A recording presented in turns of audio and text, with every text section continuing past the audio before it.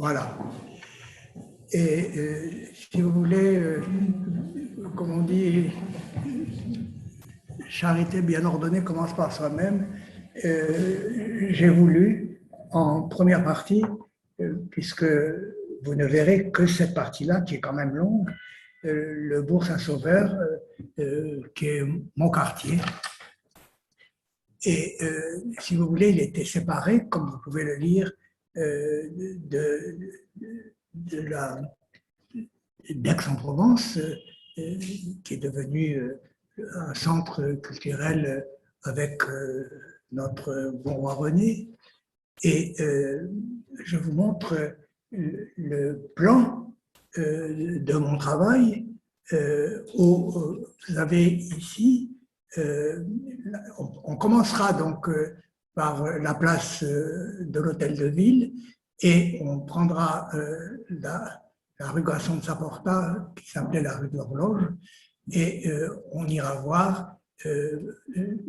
On commencera donc par le premier hôtel, qui est l'hôtel d'ici de Martigny. Après, ici, le grand hôtel de Château-Renard. On en verra encore d'autres.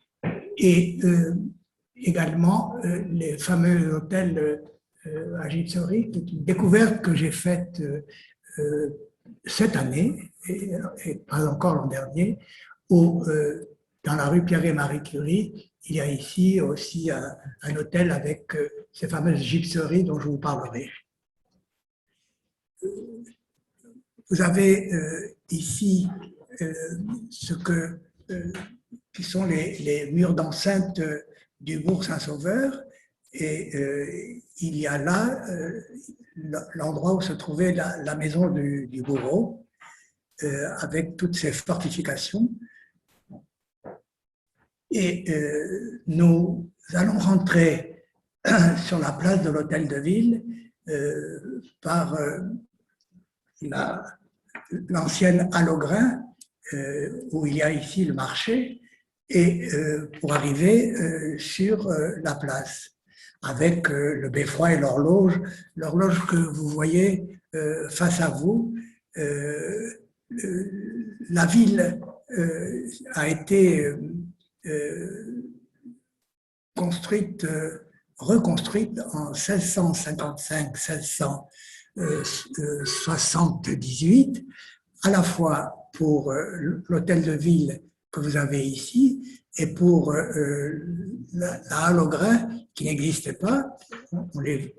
Il y avait une autre Halle aux Grains qui a été rapportée au XVIIIe siècle, puisque vous voyez cette façade sur la place de l'hôtel de ville avec le beffroi.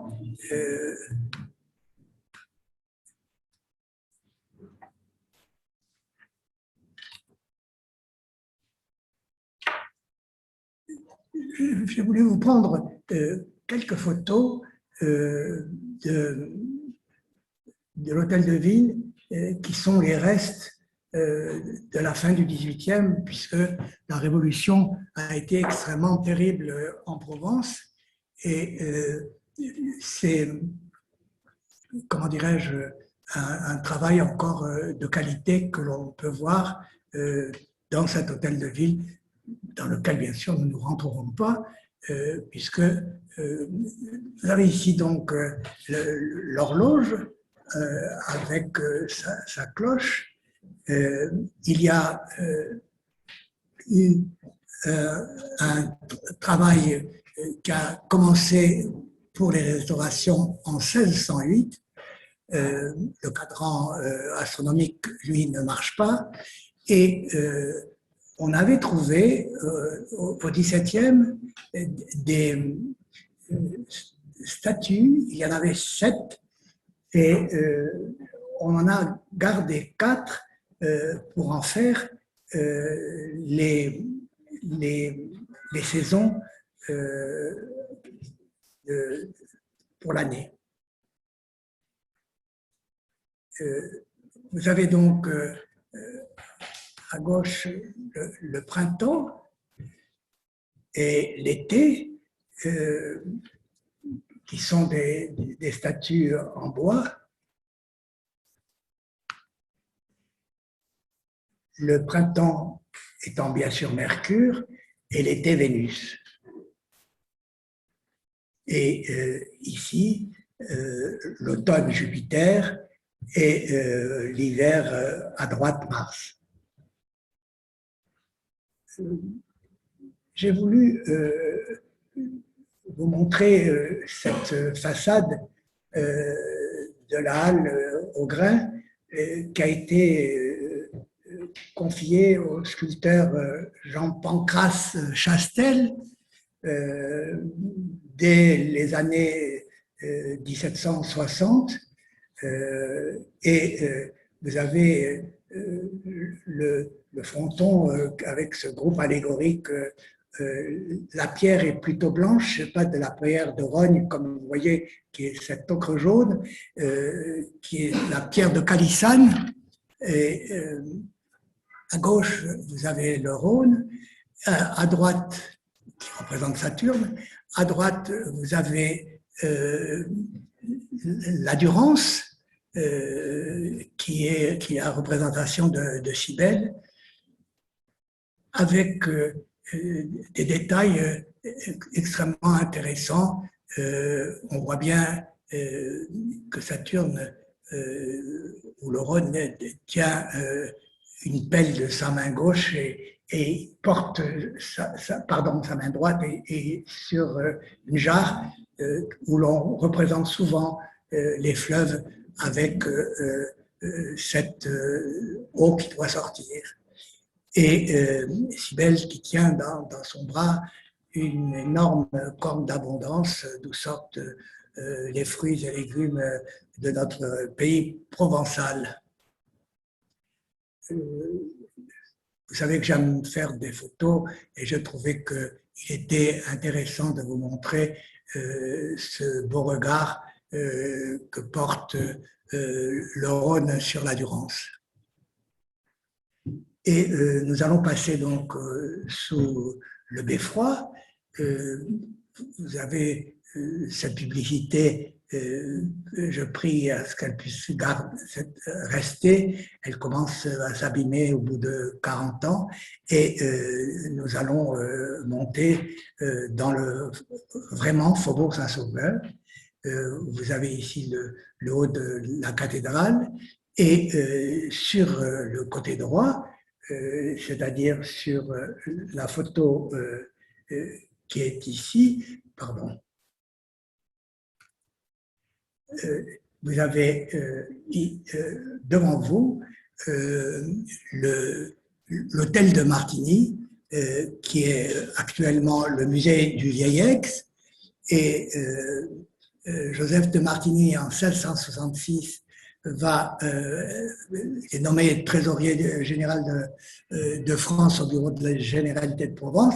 Il achète cet hôtel qui est en 3 ou 4 parties. Il lui faut un travail énorme pour le faire habiliter. Et il a eu l'idée géniale de garder les plafonds à la française.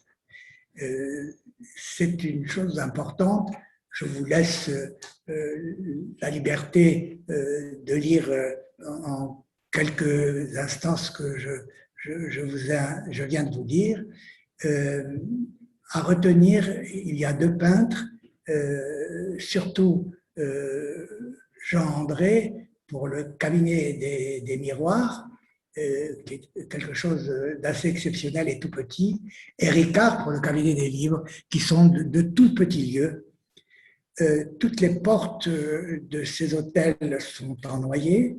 Vous avez la porte d'entrée qui est toujours, bien sûr, rue Gaston de Saint-Portin.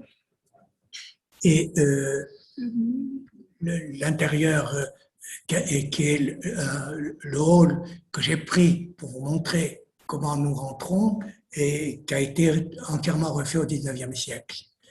Et vous êtes ici dans le musée du Vieil-Aix dont je vous parlais, et les plafonds qui sont bien entendu ce qu'on appelle les plafonds à la française, avec les solives et les poutres qui ont été peintes et restaurées, bien entendu, pendant des années. Il y a eu une dernière restauration il y a une dizaine d'années.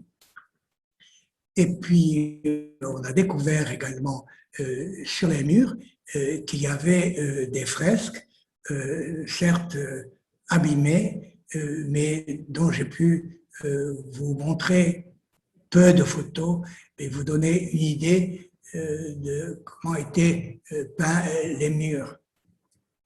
Je reviens sur cette photo pour vous dire, vous voyez, nous allons rentrer dans une petite pièce qui est le cabinet des miroirs, qui doit mesurer à peu près, je ne sais pas, à peine 6 ou 7 mètres carrés. Et voilà, le plafond est bien sûr bas. Vous avez,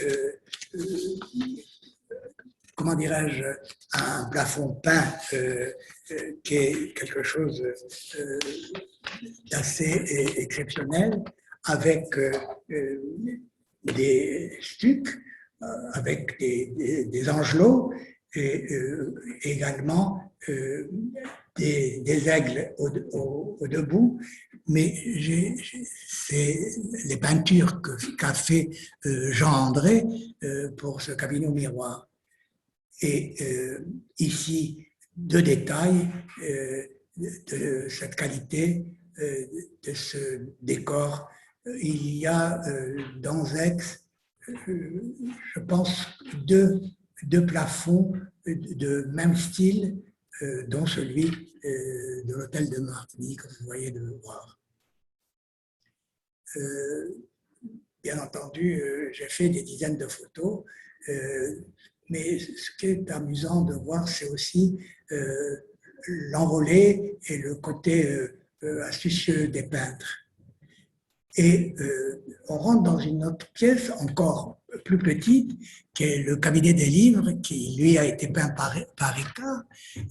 Ce sont des tableaux qui sont peints, bien entendu, où les cadres sont peints en trompe-l'œil. Il doit faire aussi 3 mètres sur 3 au sol, c'est tout petit.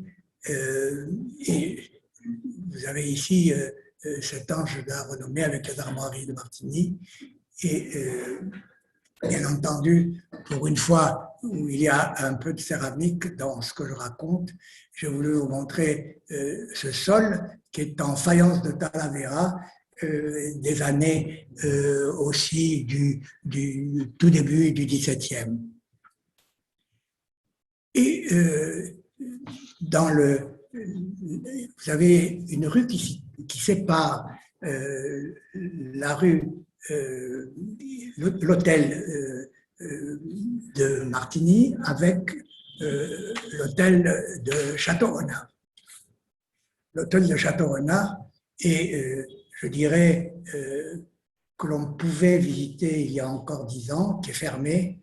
En travaillant 3 jours, j'ai vu des choses absolument dramatiques qui m'ont extrêmement touché, à retenir Jean d'Arrée, qui est un peintre flamand. Je l'ai écrit parce qu'on pense souvent que d'Arrée est un peintre aixois, ce qui est faux.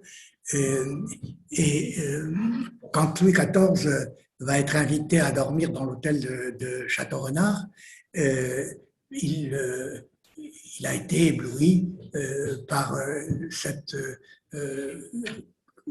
escalier carré qui est assez exceptionnel, et il va le nommer peintre du roi.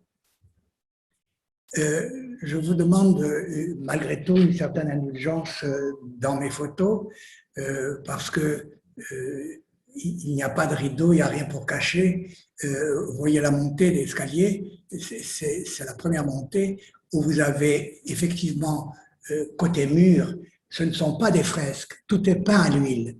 Et c'est extrêmement intéressant.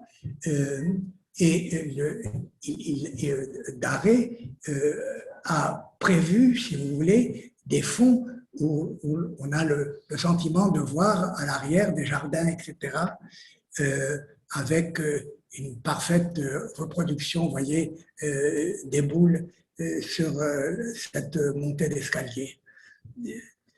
Il y a, là aussi, on le voit d'une manière, puisqu'il y a 3 révolutions, avec des personnages également importants. Mille excuses pour vous montrer ces couleurs qui sont dues au soleil que je n'ai pas pu toucher. Vous voyez, on voit là le fond des jardins avec des rideaux. Et ici, un personnage important qui est Salomon, le plus savant et le plus vertueux des hommes, avec on dit que c'est Jules César, moi je dis que c'est un empereur romain, et j'attire votre attention sur ce petit laquais qui regarde les gens monter, et vous savez, c'est assez énorme comme superficie pour pouvoir le photographier, et je suis arrivé à pouvoir vous le montrer, qui a poussé le rideau pour regarder les gens qui montaient. Ici, notre vue, et la partie la plus importante qui est le fameux plafond où vous avez toutes les voussures qui vous montrent, les voussures, c'est cette partie, les arts, les sciences, les lettres, etc. Et personne ne sait qui a poussé Jean Daré à le faire. Ici, vous avez le centre de ce panneau qui est tout en haut, qui est en toile, bien sûr, peinte à l'huile aussi, et qui représente Athéna ou Minerve, qui tient de son bras gauche un phylactère portant l'inscription Virtus Immortalis que j'ai pu retrouver. On voit le début de ce phylactère. J'ai couru sur d'autres phylactères plus loin, vous verrez. Là, c'est la cage avec le perroquet qui est quand même pas trop mal. Et nous allons passer en revue toutes les voussures qui sont, elles, en camailleux, avec ce qui n'est pas toujours évident, c'est de pouvoir vous montrer avec un zoom important. Vous avez ici la grammaire. Ici, vous avez l'astronomie en haut et la logique ici. Et je vais vous montrer un détail de la logique qui est extrêmement important. Je suis arrivé à ce qu'elle soit pas floue, où vous avez l'inscription ici, démarre, et d'arrêt, démarre étant le propriétaire, qui a fait construire l'hôtel, et d'arrêt le peintre. Et la logique, vous l'avez bien saisie. Ici, la peinture et la sculpture qui est ici sur la partie haute, et la géométrie en bas à gauche. Et j'ai voulu vous montrer, donc, dans l'arithmétique, je n'arrivais pas à bien voir, mais on voyait qu'il y avait une inscription, et vous avez la date 1654, qui est l'année où Daré a arrêté le travail de sa montée d'escalier, qui est une chose extrêmement importante. Ici, à gauche, Hermès et une représentation de Louis XIV. grâce à ce soleil que l'on voit, qui vous montre encore un détail. Malheureusement, je suis allé voir Madame la maire pour lui expliquer que c'est assez terrible ce qui se passe. Vous ne le voyez pas, mais c'est l'hôtel Boyer de Foncolombe que nous allons voir. Il y a eu 3 ou 4 parties d'hôtel. C'est Charles Boyer de Grimaldi-Réguse qui va acheter 2 maisons, donc au début et à la fin du XVIIe. Et ces maisons vont être rachetées par la famille Boyer de Foncolombe et qui vont, Jean-Baptiste Laurent de Foncolombe, qui est un grand collectionneur aussi, va garder des tableaux qui sont à l'intérieur et qui viennent de Grimaldi-Réguse, et il va restructurer l'extérieur qui est face à la place de l'ancien archevêché en façade 18e. C'est la façade que vous voyez ici avec l'entrée de l'université qui se trouve là.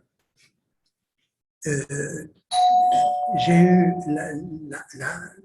la possibilité de demander aux responsables, ce n'est pas le directeur de l'université qui m'a reçu, mais il a été extrêmement aimable en me donnant la possibilité de rentrer et de pouvoir photographier des tableaux importants qui sont dans 2 pièces, malheureusement coupées par un mur. De soutènement, je ne peux pas répondre.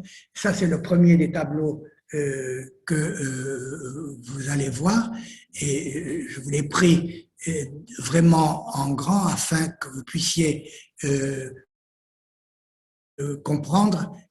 C'est dans les fameuses noces de Tétis et Pélée qu'il va y avoir cette fameuse discorde et qu'on va demander que la pomme d'or soit remise à la plus belle. Et je passe un peu vite pour vous expliquer. Je ne suis pas ici pour vous raconter l'histoire, mais pour vous montrer quand même les tableaux en montrant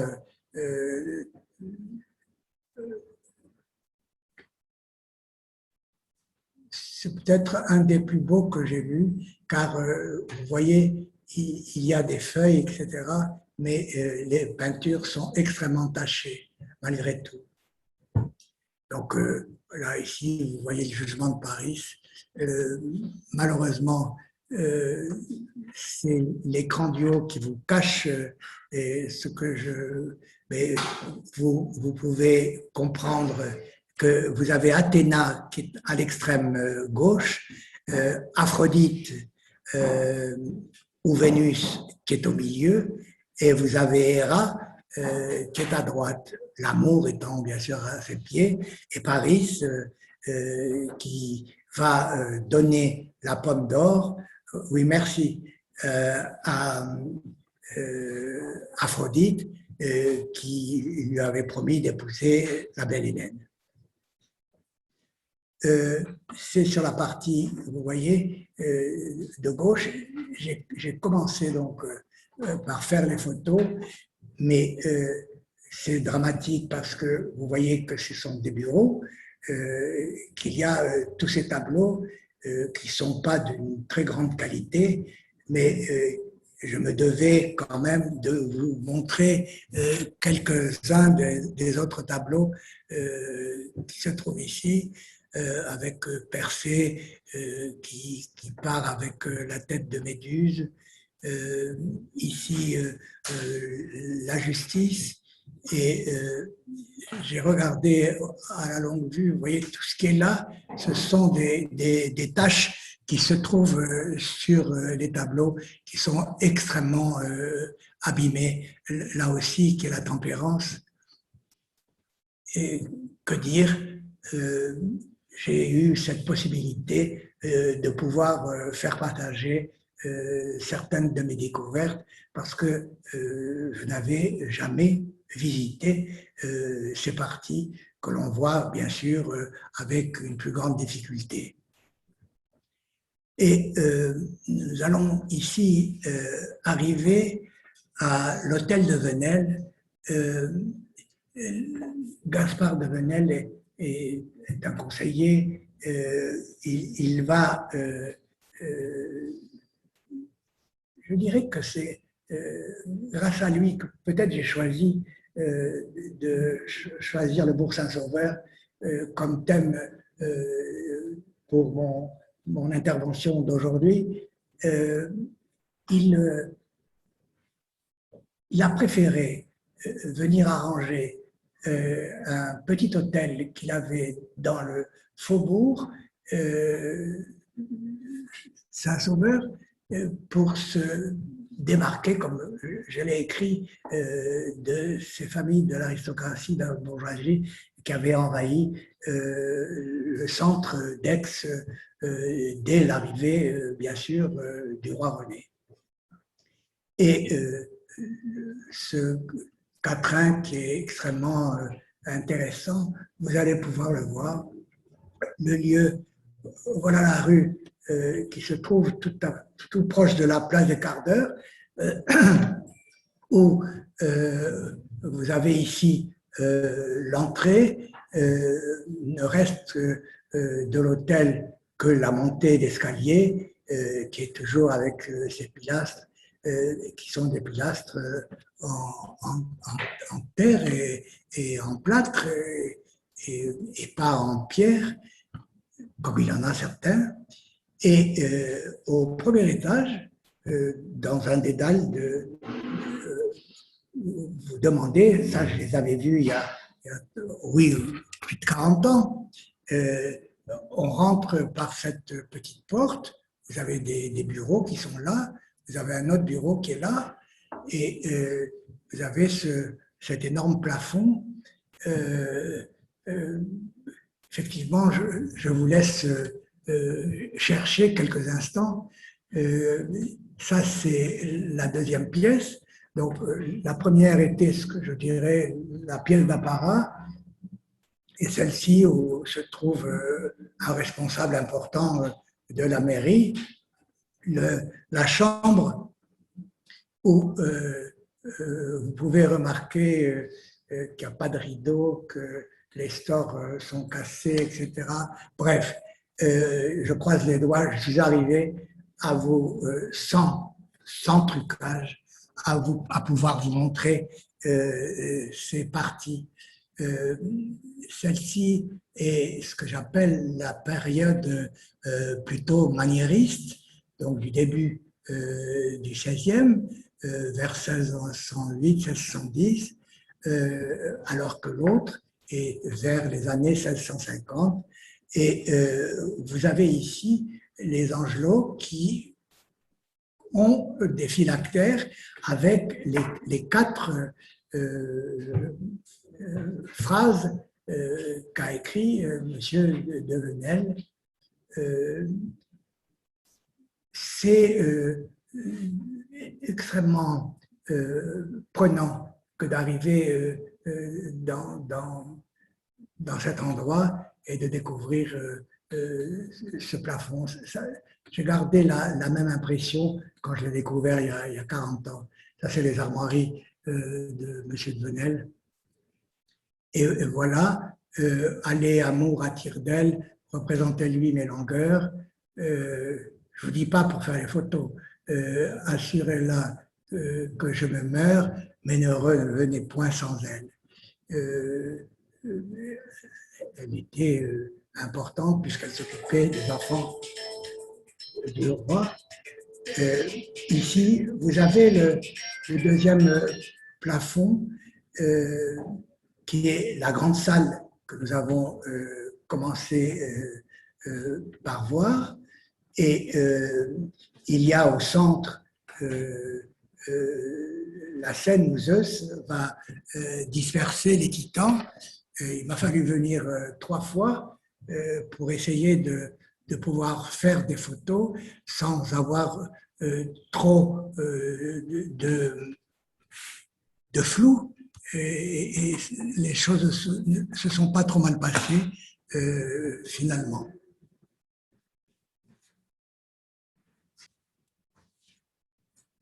Donc, vous avez ici la première photo enfin, la deuxième que j'ai faite, où on reconnaît bien Zeus, et vous pouvez bien voir qu'il a sa foudre. Et je suis quand même arrivé à vous montrer quelques photos en croisant les doigts, je dis bien, parce que j'en ai fait des dizaines pour qu'on puisse voir les titans. Si vous voulez, c'est la période parfaitement et en plein baroque de ce XVIIIe siècle. Et comme je vous l'ai dit, il s'était fait, Gaspard de Venel, il a demandé au peintre de l'immortaliser en le représentant en Zeus. Bon, nous repartons, bien sûr, et nous allons voir peu de choses dans la cathédrale Saint-Sauveur,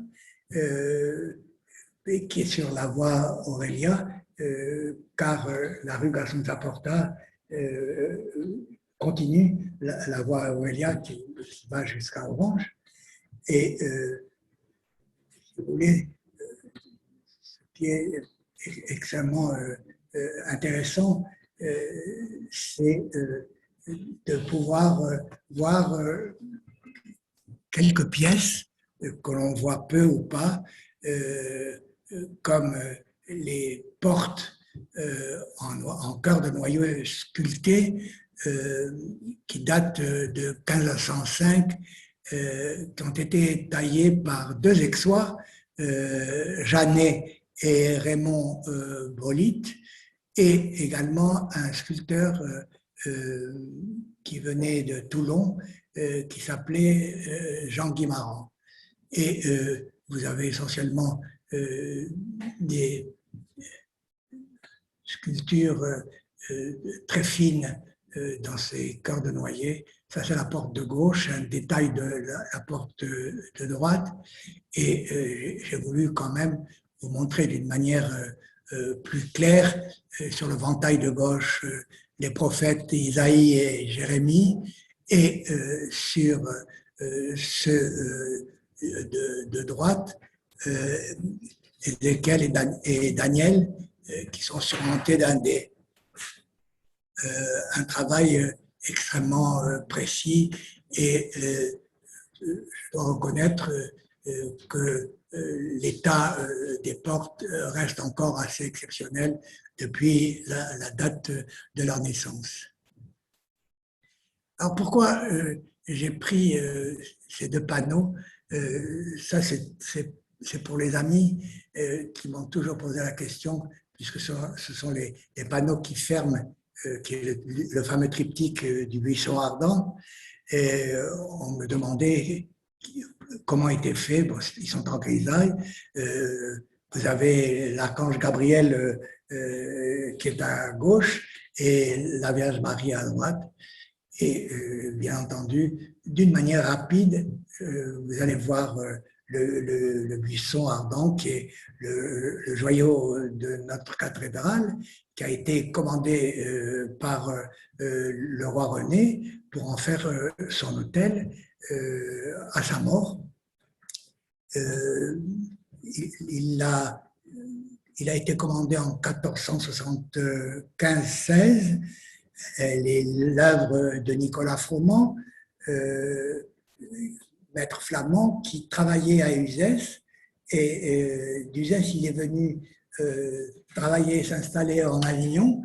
Et c'est en Avignon qu'il a pu devenir le peintre du roi René, et qui va comment dirais-je, lui donner le titre de peintre officiel. Et vous avez ici l'ange à gauche, et ça, je l'ai regardé aussi avec des jumelles.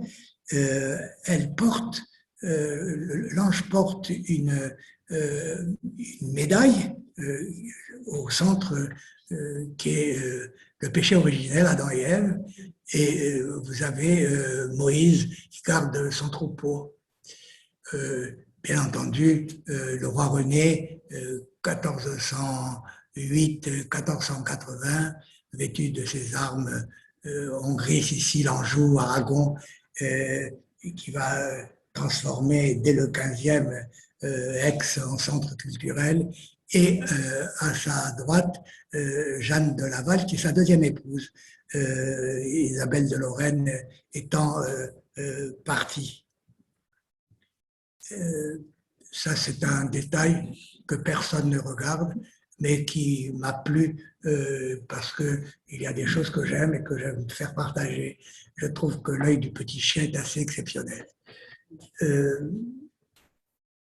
Pourquoi j'ai voulu vous montrer l'Annonciation de Barthélemy d'Eck, qui est aussi l'un des peintres du roi René.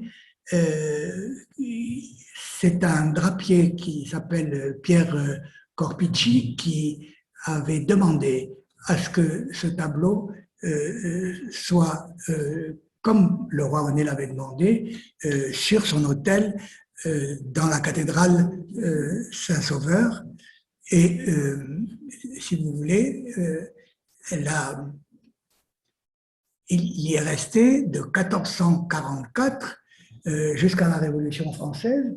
Et à la Révolution française, le tableau est parti à la Madeleine, qui est une église 19e, et qui actuellement est entièrement en travaux, puisqu'on l'a refait entièrement. Et la chance a été pour moi et pour vous, c'est qu'elle soit depuis un moment au musée du Vieil Aix, et j'ai pu ainsi pouvoir vous montrer ce tableau d'une manière simple et sans problème aucun. Ça, c'est l'arrière du porche de la cathédrale. Je mets au défi ceux qui connaissent Aix-en-Provence d'avoir remarqué que le cadran du porche de la cathédrale était monté avec des panneaux de bronze. Regardez cette qualité. Comme je le dis souvent, il suffit de voir l'image pour comprendre. J'ai même pu trouver, si vous voulez, en cherchant bien, j'ai trouvé les vis. Vous voyez, ça c'est une vis. L'autre la manque. Vous voyez, ici, vous avez les deux vis. Je ne les ai pas touchés, bien entendu, dans ce lieu saint. Vite fait, c'est une peinture, une fresque qui se trouve dans la cathédrale, rien d'extraordinaire. Ça, c'est le baptistère avec les colonnes romaines qui ont été réutilisées pour en faire le baptistère. Et je vous montre un travail qui a été cherché et retrouvé il y a un peu moins de 15 ans, où l'on a pu retrouver ces dessins où vous avez la vie de Saint François d'Assise et de Sainte Claire, et à côté le fragment du taureau de Saint-Luc, qui sont, c'est marqué ici, du 14e. Bien entendu, je ne pouvais pas me permettre de ne pas vous montrer notre cloître qui a été construit par les chanoines de la cathédrale.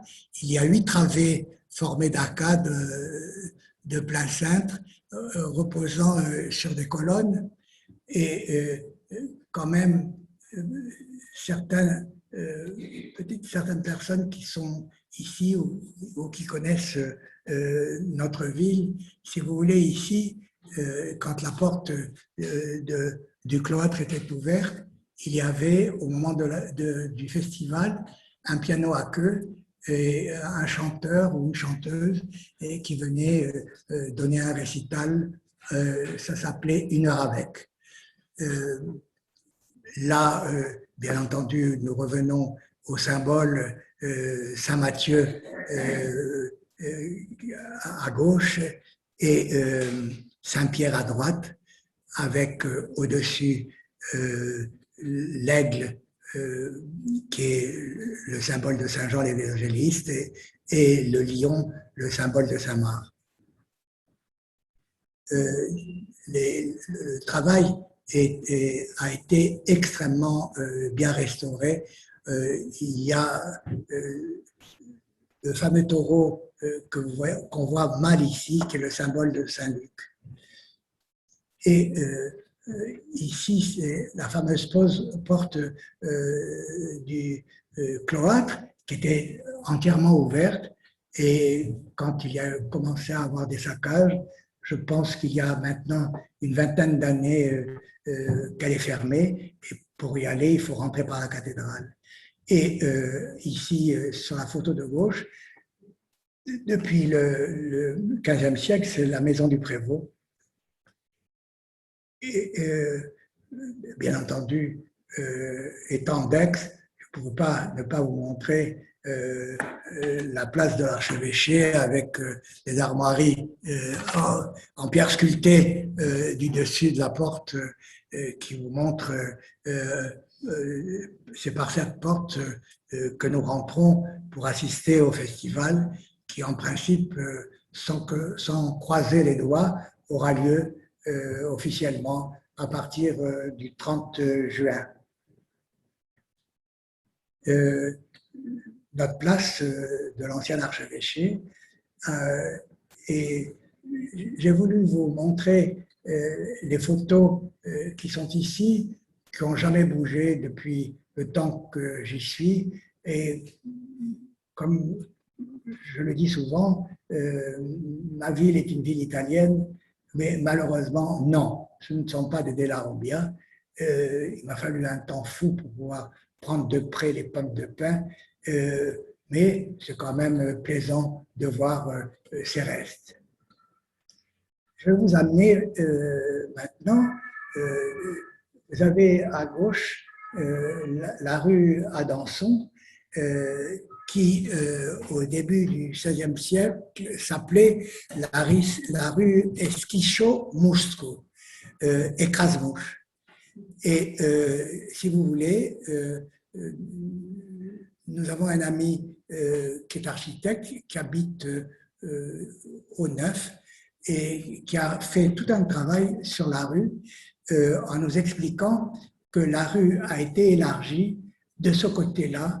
Si vous voulez, on a coupé, on a à peine rogné sur la partie de cet hôtel et on est arrivé à la transformer. Pourquoi? Parce que ici, c'est un hôtel qui était lui aussi 17e, qui a été refait au 19e, mais la porte que vous voyez est restée. C'est au numéro 1, ici, qu'est né Michel Adanson, un botaniste du XVIIe siècle. Et voilà comment étaient les rues. Celle-là, elle s'appelle Esquischocudo, où vous voyez qu'avec vos mains, vous pouvez tenir les deux murs.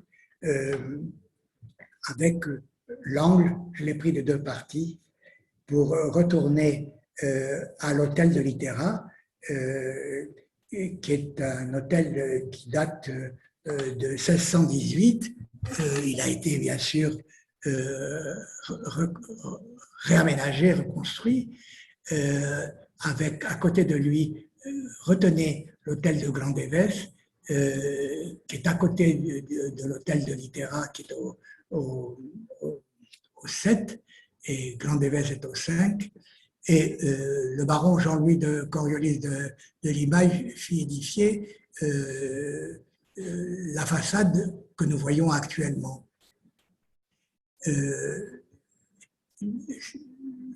Ce sont des amis, vous voyez, c'est là, le premier étage. C'est le seul intérieur particulier que vous verrez, parce que je tenais à vous montrer plus spécialement une pièce. Vous avez ici le sentiment de voir un intérieur 18e ou 15 avec des gypseries ici et des panneaux de peinture. Mais ce qui était important, c'est ici, sur cette porte qui est là, qui est refermée, pour que vous puissiez découvrir avec moi un lieu que l'on appelle d'une manière habituelle le boudoir, avec ses gypseries. J'ai laissé volontairement deux ou trois pièces au moment où je faisais mes photos. Ce sont des amis donc, qui m'ont permis de pouvoir enlever tous les tableaux qu'ils avaient mis ou les dessins.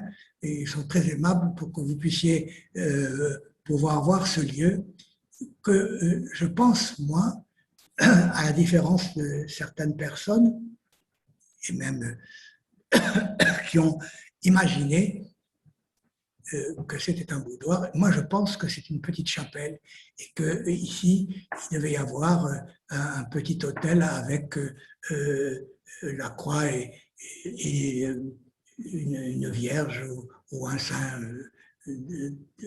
dans la partie. Toutes les gypseries sont bien sûr collées et retravaillées, faites à la main. Ce sont, si vous voulez, ces gypseries 18e, les descendantes de celles que vous allez découvrir tout à l'heure. Alors là, j'ai voulu vous montrer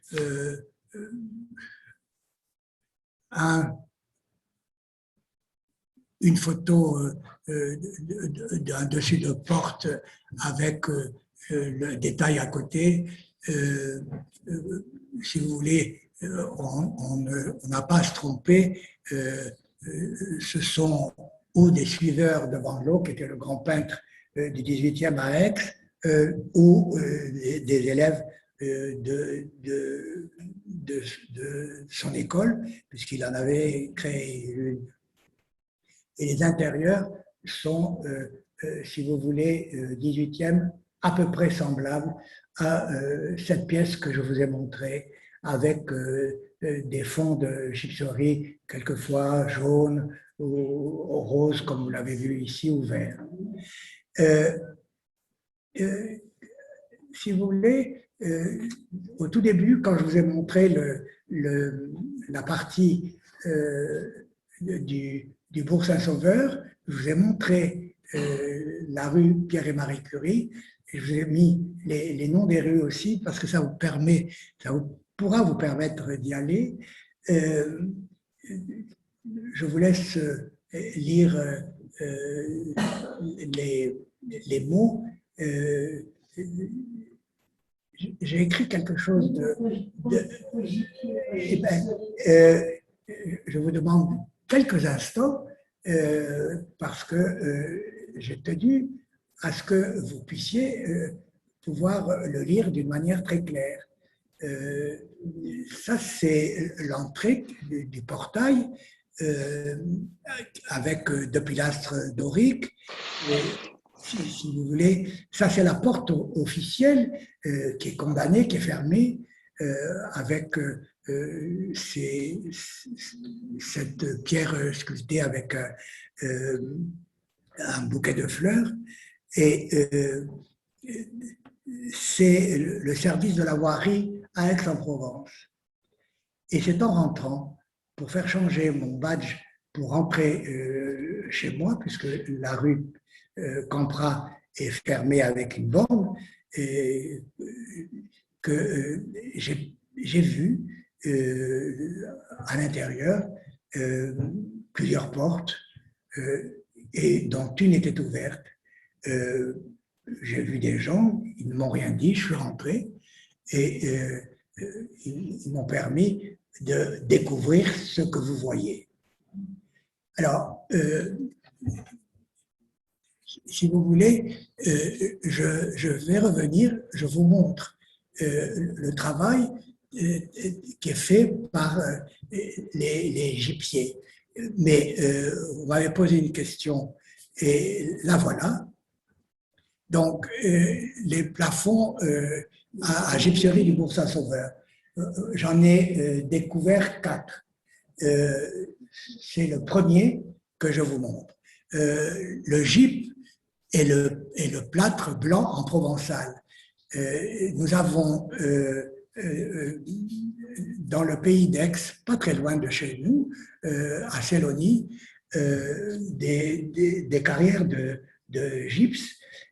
On mélange, on fait chauffer le gypse, on le mélange à l'eau et on arrive à faire ce plâtre qui va permettre aux gypsiers et aux gypsiers de faire ce travail. Donc, si vous voulez, pour vous faire comprendre le travail, tous ces gypseries que vous allez voir, maintenant, ont été effectivement dessinées sur les plafonds. Et également, il y avait, comment dirais-je, des moules qui étaient préparés par ces gypsiers et qui mettaient donc ce plâtre, ce gypse dans les moules. Ils attendaient que ça puisse prendre et ils les collaient directement au plafond en le craquelant pour donner ces valeurs et ces volumes. Je reviens 2 secondes en arrière pour que vous puissiez revoir ce que je vous disais.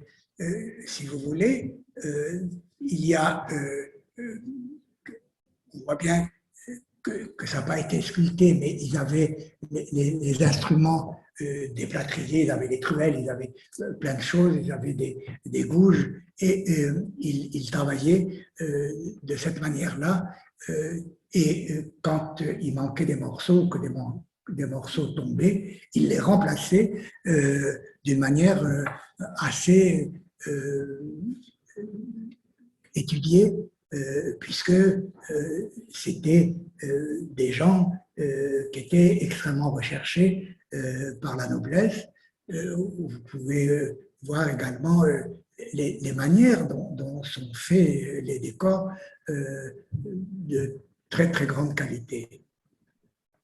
Donc je passe sur ça là pour vous montrer, c'est donc toujours les dessous des plafonds.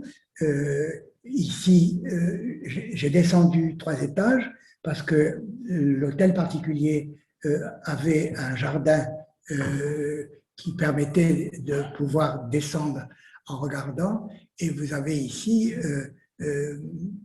des personnages importants que je vais vous montrer de manière plus précise.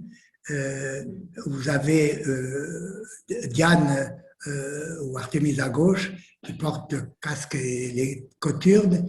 Elle tient dans sa main droite une massue, symbole de la vertu. Elle semble menacer Cupidon, qui est proche d'elle, que vous pouvez remarquer, qui est ici. Et à droite, Athéna, et ici, avec appuyé sur son étendard, et qui se protège avec son bouclier, l'égide, sur lequel était placée la tête de Gorgone qui a dû être abîmée, et que la tête de la Méduse, oui, que Persée lui avait offert. Donc, c'est à la fois intéressant pour l'historique. Vous avez un jeu toujours de courbe et contre-courbe. Et ce que je vous disais, c'est de voir, je pense que vous sentez dans les photos que j'ai faites, l'épaisseur de ces plafonds qui vous montrent des reliefs extrêmement importants. Et ici, peut-être un des plus beaux mascarons, toujours dans l'hôtel que je viens de vous montrer, avec, j'ai retrouvé un dessin à la bibliothèque.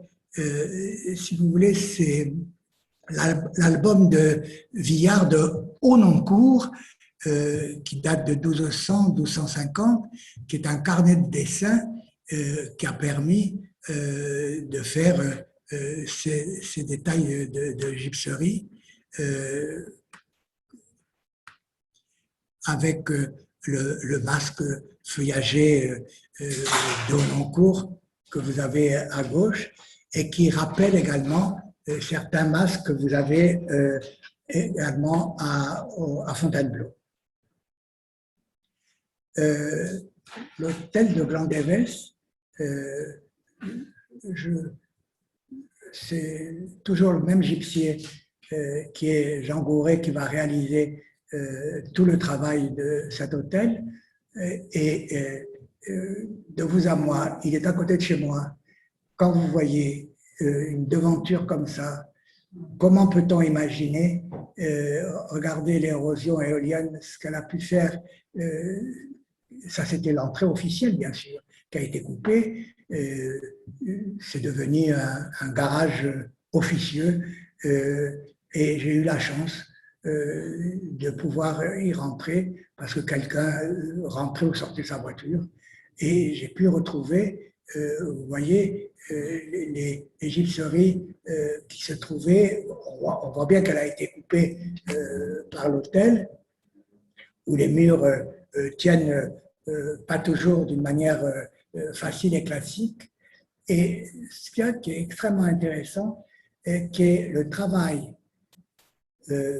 préparatoire des gypsiers, c'est ce que je pense, pour préparer leur ajout, c'est-à-dire qu'il y a ces parties légèrement en relief et ils vont coller leur moule avec le plâtre sur cette partie-là. Et je vous ai montré ça parce que c'est assez difficile de comprendre comment ces sculptures sont faites. Bien entendu, on ne peut que comprendre qu'elles sont moulées pour avoir ce côté-là. Et voilà l'entrée de l'hôtel en ruine que vous avez vu de l'extérieur, avec le premier plafond, avec, vous avez ici un blason, qui est la première montée d'escalier que j'ai pris en sens inverse pour qu'on puisse bien la voir, avec, si vous voulez, ce blason, sans vous parler avec les mots d'héraldique, c'est un pain d'or avec 3 pignons. Il représente la famille des Russans et vous allez voir ici un autre plafond, une autre montée d'escalier avec ici, que je vous ai fait en grand, vous avez la photo des armoiries d'Alliance de Glandévès qui est ici et celle de son épouse des Russans.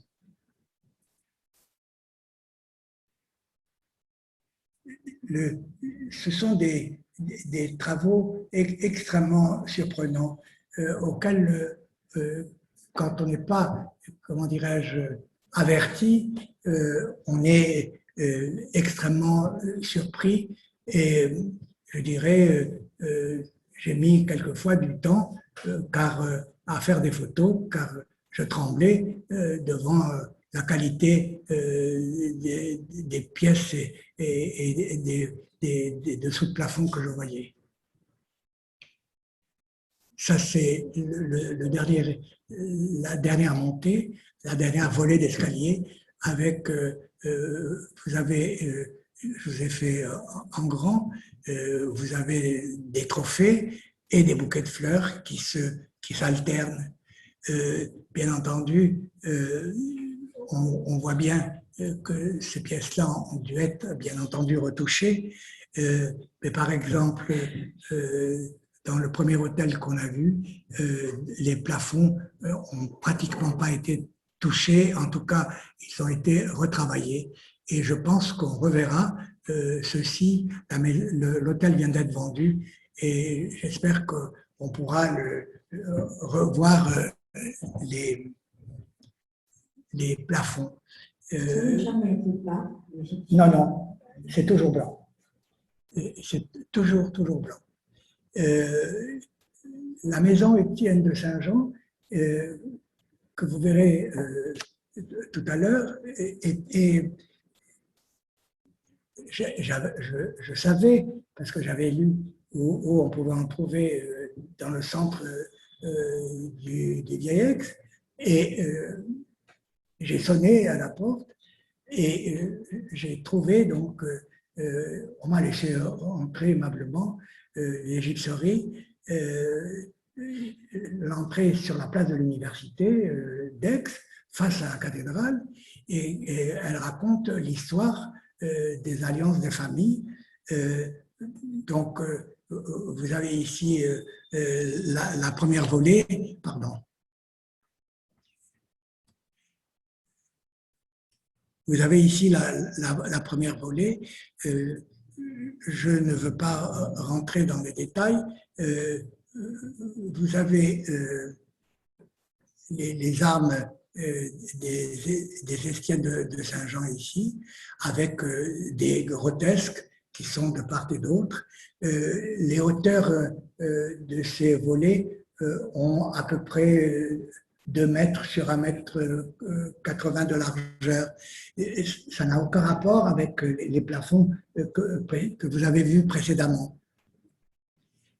Ça, c'est la tour et le croissant, qui est la seconde volée, avec le blason d'Hérion, qui vous montre également, ils sont entourés de ces grotesques que l'on a vus quand je vous parlais des décors à grotesques de la Domus Aurea et qui ont été récupérés. Vous voyez bien, ce sont des personnages à tête canéphore qui supportent des paniers avec des fleurs. Et puis, vous avez la poitrine ici et le corps qui se transforme en feuille d'acanthe. Ici, c'est dans cette troisième volée de montée d'escalier avec des personnages féminins de part et d'autre. Le langage que les héraldiques utilisent, c'est demi-vol pour ce blason avec une aile. Et la dernière partie de cet escalier, avec ce cavalier, je n'ai pas pu trouver un indice quelconque qui puisse m'aider. À l'intérieur, vous avez à chaque angle ces angelots, et voilà l'hôtel. Comment peut-on imaginer que rentrer par cette porte, vous montez tous les étages et vous avez ce que je viens de vous montrer.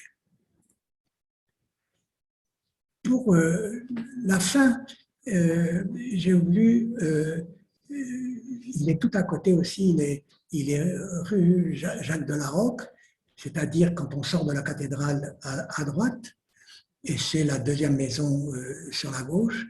Je vous laisse lire j'ai repris un mot qui était écrit, le gypsier Isar Beg, qui est sollicité pour travailler dès le début du XVIe siècle. Voilà comment il a écrit le dessous de la visette, c'est-à-dire les fameux plafonds rampants de l'escalier, qui est le seul escalier hélicoïdal d'Aix-en-Provence et qui s'enroule d'une manière assez spectaculaire. Je n'ai pas besoin d'en rajouter. Je pense que seules les photos pourront vous montrer d'une manière très claire cet escalier hélicoïdal. Et regardez bien que je vous disais que les gypsiers étaient des gens qui travaillaient avec des moules. Mais encore, il fallait comprendre que pour monter ce style de décor en relief sur l'escalier, il fallait suivre les courbes de la montée d'escalier. Et on le voit d'une manière assez claire, à la fois sur cette photo et sur celle-là, que rien n'est droit, tout est en oblique.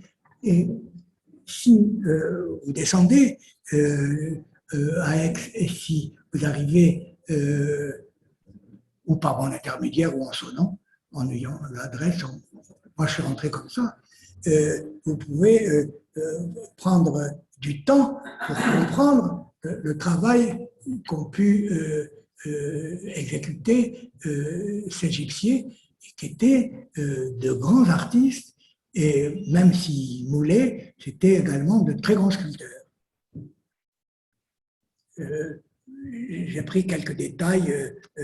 L'armée, qui est le casque à droite, et un trophée à gauche. Il y en a des dizaines dans ce que vous avez vu. Et j'ai eu la chance que le locataire qui m'a ouvert, ou le propriétaire, m'ait sorti une lumière importante pour me permettre de pouvoir faire ces photos. Compas, équerre, pourquoi ici, ce qui est important, je l'ai photographié volontairement pour vous, c'est le gorgonéon. Le gorgonéon est la référence du bouclier d'Athéna sur lequel elle avait placé la tête de la Méduse. Et c'est cette représentation. Quant au chien qui est à droite, je n'ai aucune possibilité. Si vous en connaissez une, vous la donnerez, j'espère. Et la deuxième partie de l'escalier, qui est un escalier qui est moins baroque que celui que vous avez vu, a été fait dans les années 1610, au tout début, avec de très beaux volutes, où vous avez ici un travail beaucoup plus épuré, comme on pouvait également, épuré n'est peut-être pas le mot que je voulais utiliser, mais disons plus fin, dans la période maniériste. Et je suis resté un long moment pour imaginer que dans ces cercles, il pouvait y avoir peut-être aussi des peintures qui ont pu disparaître. Voilà ce que je tenais à vous dire pour la fin de cette première partie.